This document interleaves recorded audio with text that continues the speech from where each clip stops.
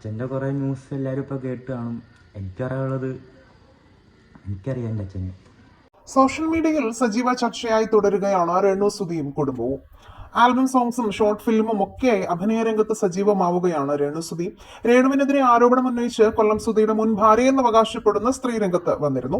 കൊല്ലം സുധിയുടെ രണ്ടാം ഭാര്യ താനായിരുന്നുവെന്നും താനുമായി പിരിഞ്ഞ ശേഷമാണ് രേണുവിനെ സുധി വിവാഹം ചെയ്തതെന്നും പേര് വെളിപ്പെടുത്താത്ത സ്ത്രീ വാദിച്ചു. രേണുവിനെയും സുധിയെയും കുറ്റപ്പെടുത്തുകയും ചെയ്തു. കൊല്ലം സുധി കടുത്ത മദ്യപാനമായിരുന്നു. തന്റെ ഭർത്താവായിരുന്ന സമയത്ത് രേണുവുമായി മോശം ചാറ്റിംഗ് ഉണ്ടായി ആത്മഹത്യ ചെയ്ത ആദ്യ ഭാര്യയെക്കുറിച്ച് സുധി പറഞ്ഞതെല്ലാം കള്ളമാണ് എന്നിങ്ങനെയുള്ള വാദങ്ങളാണ് ഈ സ്ത്രീ ഉന്നയിച്ചത്.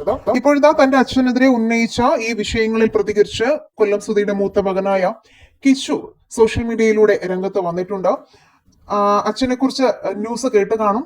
എനിക്കറിയാം എൻ്റെ അച്ഛനെ, പിന്നെ എനിക്കറിയാവുന്നവർക്കും. ആ ഇന്റർവ്യൂ വീണ്ടും കുത്തിപ്പൊക്കി സംഭവമാക്കണമെന്ന് എനിക്കില്ല. പുള്ളിയെ അറിയാവുന്നവർക്ക് പുള്ളിയെ അറിയാം. ആരാണ് ജീവിതത്തിൽ ഇൻസ്പിറേഷൻ എന്ന് ചോദിച്ചാൽ അച്ഛൻ തന്നെയാണെന്നാണ് കിച്ചു മറുപടി നൽകുന്നത്. പഠിച്ചു നല്ലൊരു ജോലി സെറ്റ് ചെയ്യുക, സ്വന്തം കാലിൽ നിൽക്കുക എന്നത് ഏറ്റവും വലിയ സ്വപ്നം. സ്വന്തമായി വീട് വെക്കണമെന്നുണ്ട്. സുധിച്ചേന്റെ കൂട്ടുകാരുമായി കോണ്ടാക്ട് ഉണ്ടോ എന്ന ചോദ്യത്തിനും കിച്ചു മറുപടി നൽകുന്നുണ്ട്. ഇപ്പോൾ ആരുമായും കോണ്ടാക്ട് ഇല്ല. കാരണം എല്ലാവർക്കും അവരുടേതായ തിരക്ക് കാണും. ഞാനെന്ന് പറഞ്ഞ് എല്ലാവർക്കും നിൽക്കാൻ പറ്റില്ല. അവർക്ക് അവരുടേതായ കുടുംബമുണ്ട്. എല്ലാവർക്കും തിരക്കുകളുണ്ടെന്നും കിച്ചു പറയുന്നു. അനിയനെ കാണാൻ തോന്നുമ്പോൾ വീട്ടിൽ പോകാറുണ്ട്. അമ്മയ്ക്ക് അഭിനയ രംഗത്ത് താല്പര്യമുണ്ടെങ്കിൽ അങ്ങനെ തന്നെ പോകട്ടെ.